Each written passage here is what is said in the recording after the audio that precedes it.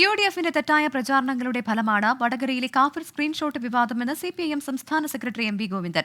KK ശൈലജയ്ക്കെതിരെ നടന്ന അശ്ലീല പ്രചാരണമാണ് ആദ്യം ചർച്ച ചെയ്യേണ്ടത്. തെറ്റായ പ്രചാരണ രീതികളിലെ അപകടം ചൂണ്ടിക്കാട്ടാനാണ് മുൻ MLA KK ലതിക സ്ക്രീൻഷോട്ട് പങ്കുവച്ചതെന്നും MV ഗോവിന്ദൻ ന്യായീകരിച്ചു. അതേസമയം CPIMനെതിരെ പ്രതിഷേധം കടുപ്പിക്കുകയാണ് UDF.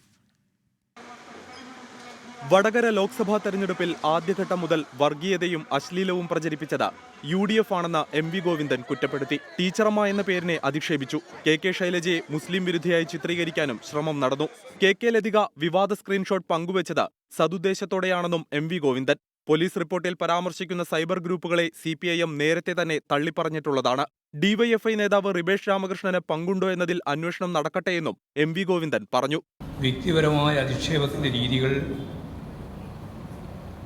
പ്രഖ്യാപിച്ചുകൊണ്ട് വ്യക്തിഹത്യയുടെ തലങ്ങളിലേക്ക് ഞങ്ങൾ നീങ്ങാൻ പോവുകയാണ് എന്ന് വ്യക്തമാക്കുന്ന സംഭവങ്ങളാണ് അതിനു പിന്നാലെ ഓരോന്നോരോന്നായി ഉണ്ടായത്. കാഫിർ സ്ക്രീൻഷോട്ട് ആദ്യം പ്രത്യക്ഷപ്പെട്ടത് ഇടത് സൈബർ ഗ്രൂപ്പുകളിലെന്നാണ് പോലീസ് ഹൈക്കോടതിയിൽ നൽകിയ റിപ്പോർട്ട്.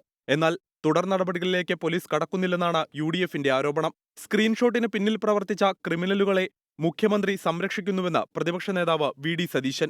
ബാക്കി നാട്ടിൽ എല്ലാവരും പറഞ്ഞു. ആഭ്യന്തര വകുപ്പിന്റെ ചുമതലയുള്ള മുഖ്യമന്ത്രി പത്രത്തിൽ വായിച്ചിട്ടാണ് പോലീസ്, അദ്ദേഹത്തിന്റെ കീഴിലുള്ള പോലീസ് ഹൈക്കോടതിയിൽ അഫിഡവിറ്റ് കൊടുത്തറിഞ്ഞു. അല്ലാത്ത കാര്യമൊക്കെ മുഖ്യമന്ത്രിയും മുഖ്യമന്ത്രിയുടെ ഓഫീസിലുള്ള ഉപജാപക സംഘവും അറിയുന്നുണ്ടല്ലോ. കേരളത്തിന്റെ മതേതര സ്വഭാവം പരീക്ഷിക്കപ്പെട്ട സന്ദർഭമാണ് കാഫിർ വിവാദമെന്ന് മുസ്ലിം ലീഗ് നേതാവ് PK കുഞ്ഞാലിക്കുട്ടി. ഞങ്ങളുടെയൊക്കെ മതേതരം ടെസ്റ്റ് ചെയ്യപ്പെട്ട ഒരു സന്ദർഭമായിരുന്നു അത്.